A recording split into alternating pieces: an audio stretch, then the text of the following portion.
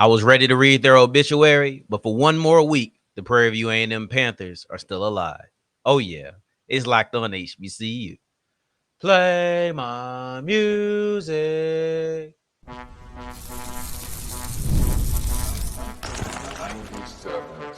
You are Locked On HBCU, your daily podcast covering HBCU sports. Part of the Locked On Podcast Network, your team every day. What's going on, family? Welcome back to another episode of the Locked On HBCU podcast, your number one daily one-stop shop for everything HBCU athletics, Monday through Friday, part of the Locked On Podcast Network, your team every day. And now, of course, Sam Darian Gray, a.k.a. the Mouth of the South, Texas Southern alum and former TSU Herald Sports editor and current contributing writer at USA Today's Saints Wire. Thank you for going on this journey with me. Make it Locked On HBCU your first listen of the day, every day. And remember, just because the mic cuts off does not mean that the journey is over. It just means it's time to follow me on Twitter at South Exclusives. Starts with an S and ends with an S. Today's episode is brought to you by FanDuel. Place your first $5 bet and you'll get started with $200 in bonus bets guaranteed. Visit FanDuel.com to get started. We'll wrap up today's episode with a look at Miles versus Allen, which is the game that I had an opportunity to go to this weekend, thankfully. Then we'll start it off with a two-part. We'll look at the victors, which is Prairie View A&M. Then we'll look at the losers in Grambling, because I think that Grambling defense has a fatal flaw. But let's start off with some positive news, depending on who you're talking to. If you ask me, it's not positive. I'm going to get my biases out the way. I was ready to come out here and read the obituary. I was ready to come out here and proclaim that Prairie View A&M was dead. I was ready to tell y'all to start looking to 2025. I was ready to tell you to start thinking about recruiting. It's TSU in me. But the journalist in me said, you know what? It didn't happen. I got to be truthful about it. And the truth of the matter is, Prairie View A&M impressed in their game versus Grambling, and they're still alive because of it. So they come out with a victory. And mind you, the season was on the line in case you missed our game of the week. The reason that their season was on the line, I know what you may be thinking. We're 4 games into the season. How is somebody's season already dead? Well, this isn't the pros. This is not the NFL. 5 weeks into the season, your season wouldn't be dead. But in college, when you're talking about the amount of divisional games that Prairie View had played, in the SWAC West specifically, not just the SWAC as a conference, but in the division, to lose to Grambling, which obviously we're talking about the hypothetical in which they lost to Grambling. To lose to Grambling, Southern, and Texas Southern, they had actually lost those 2 games. That was it. That was dead in the water. It would have taken a miracle for them to come back. So I do believe that there was a certain level of intensity that they brought to this game, knowing that. This wasn't something I just projected. Everybody knows if you lose to Grambling, Southern, and TSU, you're probably not going to be one of the teams that's fighting at the end of the season for that championship spot. But anyway, they beat Grambling. Man, I thought that was very important. And I would also say that they had a phenomenal weekend. TSU lost. I was wrong about them. I didn't think that anybody would get dog walked. TSU did not look like they belonged on the field with Jackson State on Saturday. So I was wrong about that. We'll probably get into that tomorrow. I couldn't give y'all the satisfaction of praising PV at the beginning and nailing TSU at the end. God, I'll throw up. They wouldn't even let me on the yard this weekend. I do some stupid stuff like that. But that being said, I want to commend Prairie View A&M. I want to commend Prairie View A&M for their ability to stop the run. I look at the 2 running backs that Grambling has, and I think that either one of them could get loose on any given Saturday. I'll give them that. I think that Trey Bradford and Bull Hargrove are both talented backs who, if they had a good game, should never surprise you. But I also thought that neither one of them performed well. When you're looking at the totality of the game. Trey Bradford had a 9-yard touchdown run. Bradford ended with 8 carries for 8 yards. Let me say that again. Trey Bradford had a 9-yard touchdown run. He ended with 8 carries for 8 yards, which means on the other 7, he had -1 total yards. I think that just goes to show you exactly what they did. But you know what? let's look at Hargrove, because Hargrove is the guy who has had the last couple of weeks go in his favor, and totality looks decent. 15 carries, 61 yards, but all of that is carried on the back of a 27-yard rush to start the game. That's the play that I actually flipped over to the game on. I was trying to get it and set some stuff up, and I ended up turning over, and I seen the replay of Hargrove running the ball. And I said, oh, there we go. But we never went there again. We never went back to where they had big explosive plays. That was the longest catch. It may have been the longest play of the game, to be honest. We'll look at that in a second. But for Grambling, may have been the longest play. Actually, no, it wasn't, because I know Miles Crowley had a shot longer than that on the final drive. But they did a really good job. They rallied. They made good tackles. They were sure tacklers on the day. I thought that if we're talking about what the key to victory for me, the key to victory was very broad, but it was make Miles Crowley beat you. And I do feel like they did that. I thought that Coach Joseph actually helped make them be in that position where Crowley had to beat them. But I do think that they did it partially because they did stop the run. And maybe Joseph was like, I'm going to stay away from this because it's not effective right now. I think that was the wrong call. I really do. I think you should have still kept on running the football. That was probably one of, if not my biggest gripe with Grambling on the weekend, is that in the third quarter, they just completely abandoned the run. And you look at the time in between Hargrove's carries, it was not the amount of work that he should have seen. And I don't think that anything PV should have done, or could have done, I should say. I don't think anything PV could have done should have led to them abandoning the run in the way that they did. And because they did, now Miles Crowley had to beat you. And I don't think that he did. Miles Crowley looked great on that last possession of the regulation. He looked great. His passes were accurate. He had really good ball placement. You seen him have good ball placement down the field. I thought that his mental fortitude was tough because he had a really good play that got wiped out by a penalty, and he still rallied back to lead Grambling down the field where he scored to push this into OT. I thought Crowley looked really good in that drive, but I don't know if it was enough to achieve full atonement. I don't know if it was enough for me to say that he redeemed himself for what I thought was a poor performance, specifically in the second half. He threw 2 interceptions that I thought were because of ball placement. Or not the back one, but he had a interception where he threw it behind a player, tipped up, interception. He had another play where he threw it high, tipped up, interception. I thought ball placement was the reason for both of these plays. That's my personal opinion, right? And I know the announcers had something different. Oh, the receiver has to catch that pass. No, the quarterback has to make a better throw. I'm coming across the field and you're gonna throw it. So I'm going this way towards the flag, and you throw it towards the crest. That's not a good throw. If I'm running full speed, that is a bad throw. You cannot put that responsibility on the wide receiver. Now, if you want to say the wide receiver should have sat down and just sat in the hole of the defense, maybe, but that's not what they said. Overall, I just think it was a bad pass. It was a bad pass, and it led to an interception. So, yeah, but PV, they handled their business. I don't want to make it seem as if they're having unforced errors. Here's the thing. PV protected the football. They stopped the run. Grambling abandoned the run. Those things go hand in hand, but it all led to Miles Crowley being asked to beat you, which was my key to victory, because I felt like if you put it all on Miles Crowley, he had to show that he could be the guy that people think he is. On the last drive, he did, but the drives prior, he didn't, and that's the problem. It took too long to get there. Grambling's offense was stagnant for a while, and that's how PV was able to come out with a victory. I also let me say this, because I don't want to just look at the defense. Jaden Johnson looks like a guy at quarterback that is able to take them to the SWAC championship. I'll be honest with you. I think that Jaden Johnson was very impressive. I thought he was very poised. I like his swagger too.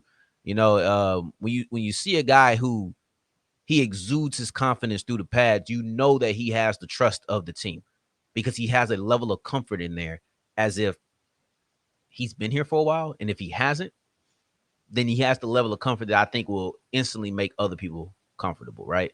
So he has a comfort that exudes confidence and a comfort that's contagious. There's a whole lot of C's in that. But overall, Jaden Johnson performed well. I got to give that to him. His throw on the run was good. His ability to scramble but always keep his eyes downfield. He extended plays well.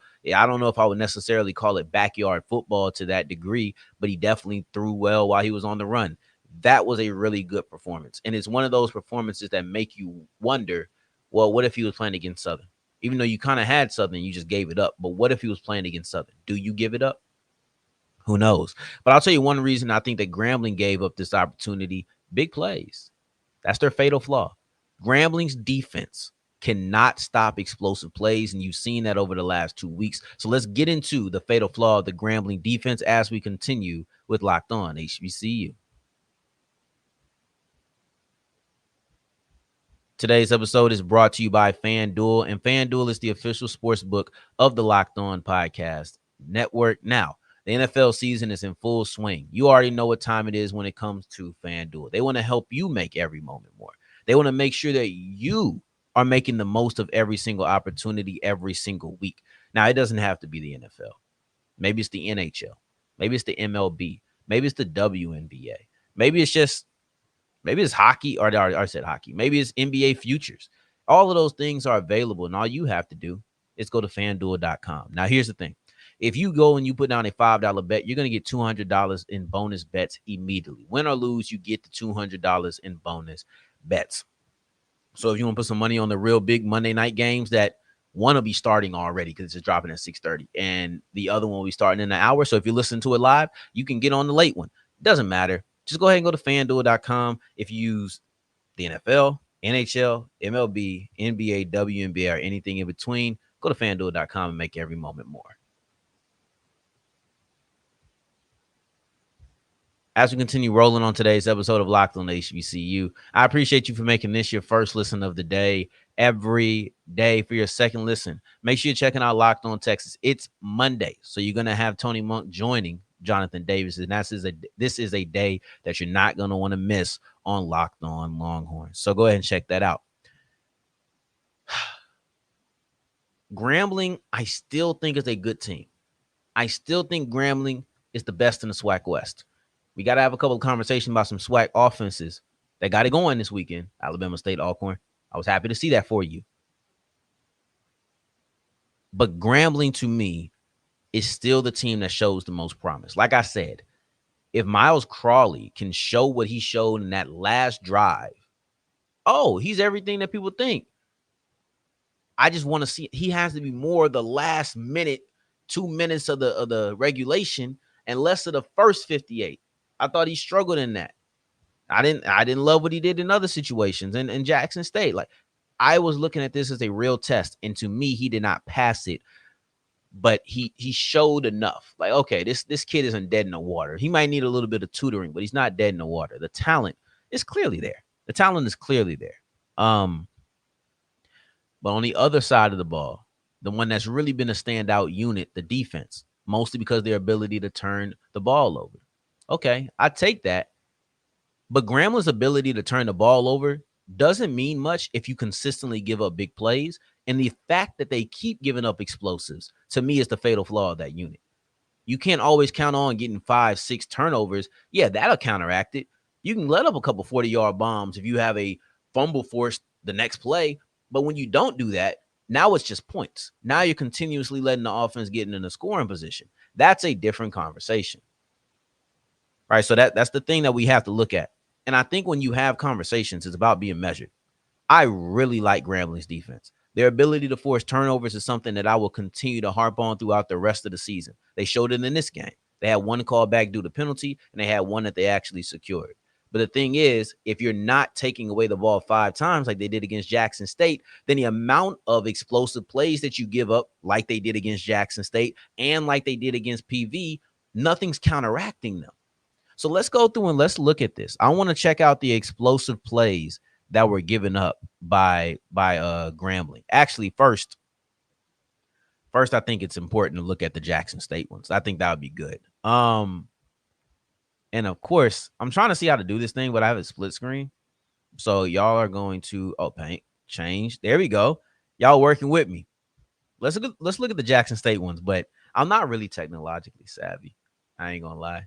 So I just tried something a little new and I figured it out very quickly, in my opinion. You let me know if you thought that was quick, but I did. Against Jackson State, I have this one in my notes.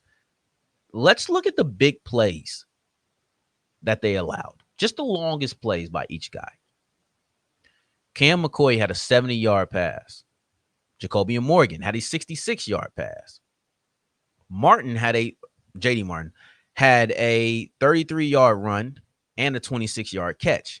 Terrell had a 33-yard run and a 20-yard catch. Mulligan had a 29-yard run. Isaiah Spencer had a 40-yard catch. You're looking at these plays, and I even mentioned, like, I'm not about to go through and say who had 70, 66, but like you're looking at 1, 2, 3, 4, 5, 6, 7, 8 plays of over 20 yards. And that's an explosive run is just 10 yards. That's not even counting those. That's just counting 20 up. An explosive pass is 15 and up. You can't keep giving these away. No matter how good you are at forcing turnovers, that will die. There will be times when you have valleys. If you're continuously giving up explosive plays, your valleys are not going to be able, you're not going to be able to win a game with your valleys. That's just the truth, right? So now let's look at PV. Let's look at this PV game and what they did there. So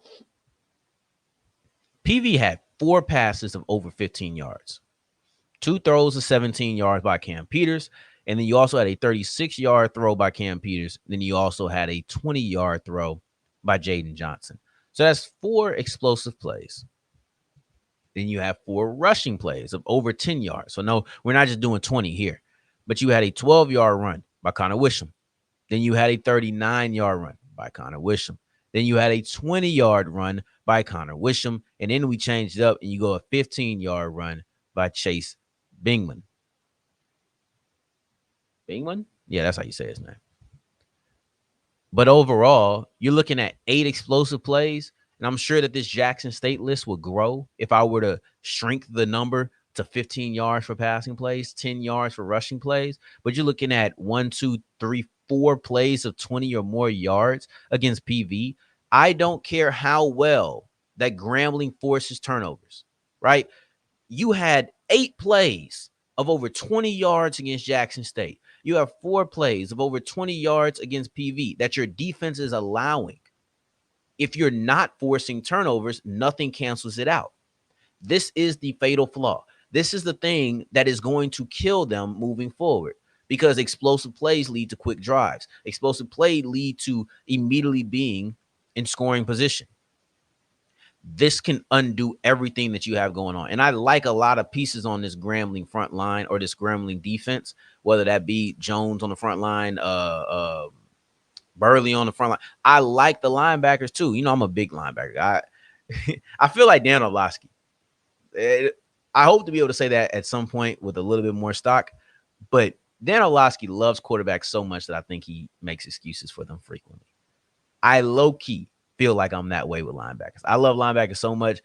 I would tell you, I love that linebacker crew. I love that linebacker duo. That linebacker, that linebacker, that linebacker. I do all of that. I would do all of that. But in general, that's the thing that's going to kill them.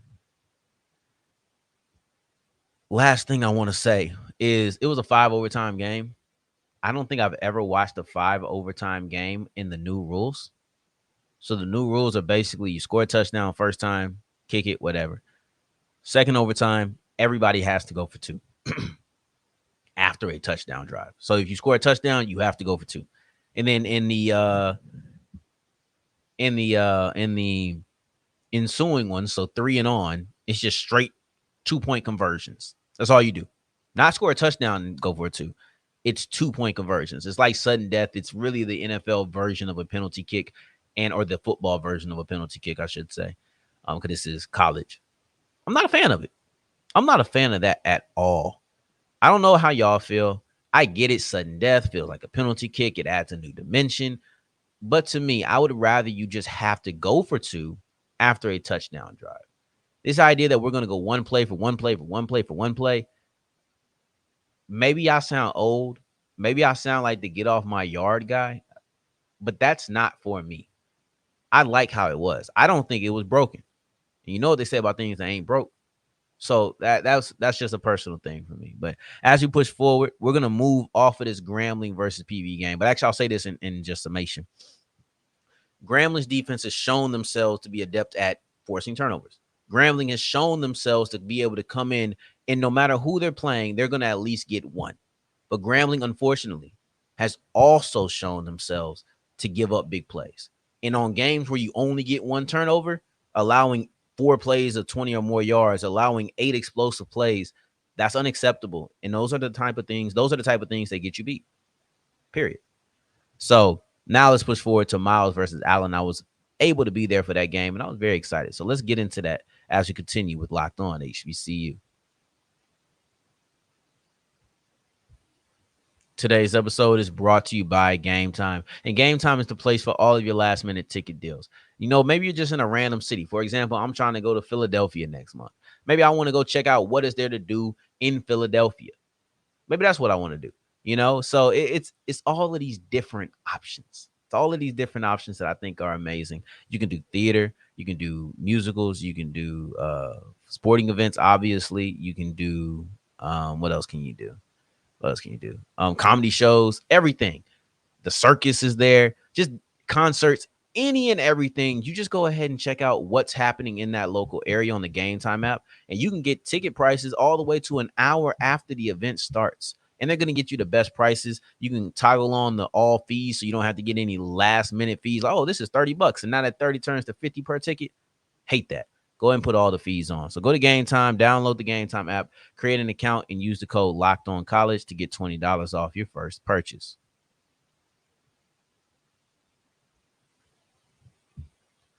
As wrapping up today's episode of Locked On HBCU, I appreciate you for making this your first listen of the day every day, making it all the way to segment 3, and I thank you 2 times for that. Thank you. Thank you. Now, I want to go into this Miles versus Allen game because I was able to be there as part of HBCU Go once again. Another great opportunity, another great experience. That was really fun. But Jonero Scott was easily the player of the game. There was nobody on the field who was on the level of Jonero Scott, offensively or defensively. And I thought that Miles had some good players defensively. I want to highlight them as well. But as far as the player of the game, it's Jonero Scott. Jonero Scott had 26 carries for 179 yards. That averaged out to almost 7 a pop, 6.9. He had a touchdown. But they were running the ball very well. His explosion, his decisiveness was the thing that stood out to me. The fact that once he hit the hole, boom, we going. Once we hit the hole, we going. Me and my friend Kenny back in the day, right? Me and my friend Kenny, when we played football, we were like, when you see the jet sweep, you got to go. Basically, right or wrong, make your decision and make it fast. That was the epitome of it. If you see it, go get it.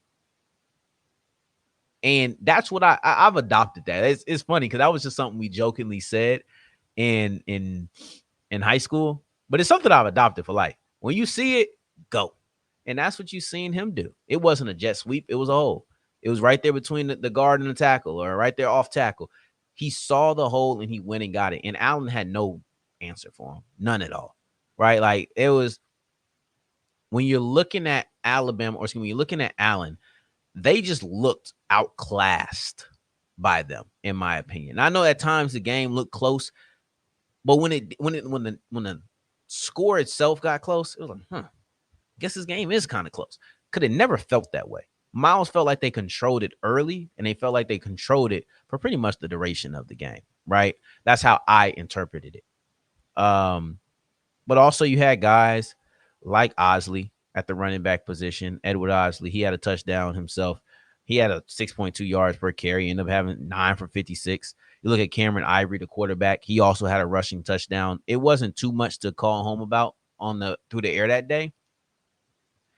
Jay Andrews, teammate, I thought that was cool, but he didn't really do too much that day. One of the more dynamic players in the SIAC, but he didn't do too much on that day. 2 catches for 27 yards. One was a 19-yard touchdown. It was really quiet through the air for both teams, to be honest. But let's look at a couple defenders on Miles' defense. So you had Dowdle. I hope I'm saying that. Rock Dowdle. He had himself a couple of tackles for a loss, a couple of sacks, I believe. You're looking at Jermichael Rogers, who also is a force. Those 2 guys on the defensive line are the ones who cause the most terror. Those 2 guys on the defensive line are the ones who made Allen not be able to run the ball consistently, even though they did have a running back who ran the ball well to start the game. And there was little portions when he ran well. But for the most part, he couldn't get too much going. I think that had a lot to do with Miles's defensive line. I thought that had a lot to do with the fact that the battle of the trenches was severely unleveled. I'm talking about offensively, boom. Defensively, boom. And Miles is at the top of both of them. Or I don't know how the scales work. I guess you should be at the bottom. You were heavier. You were better. Yeah, the scales. I don't know. Basically, Miles was the better team in the trenches, and that's how they won this game. They dominated. Those offensive linemen dominated, and that's how Jonero Scott was able to get a near 200-yard game, and they took him out for like almost the entirety of the third quarter. They defensively, they dominated. That's why this Mukes wasn't able to get anything going. They brought in the backup. He ended up getting rocked, took the air out of him on the last play of a drive. You're looking at the running game not being able to get too much going.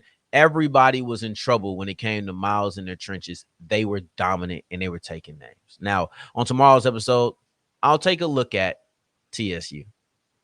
They ain't look like they belonged on that field. And I'd be a bad journalist if I didn't acknowledge it. So let's do that on tomorrow.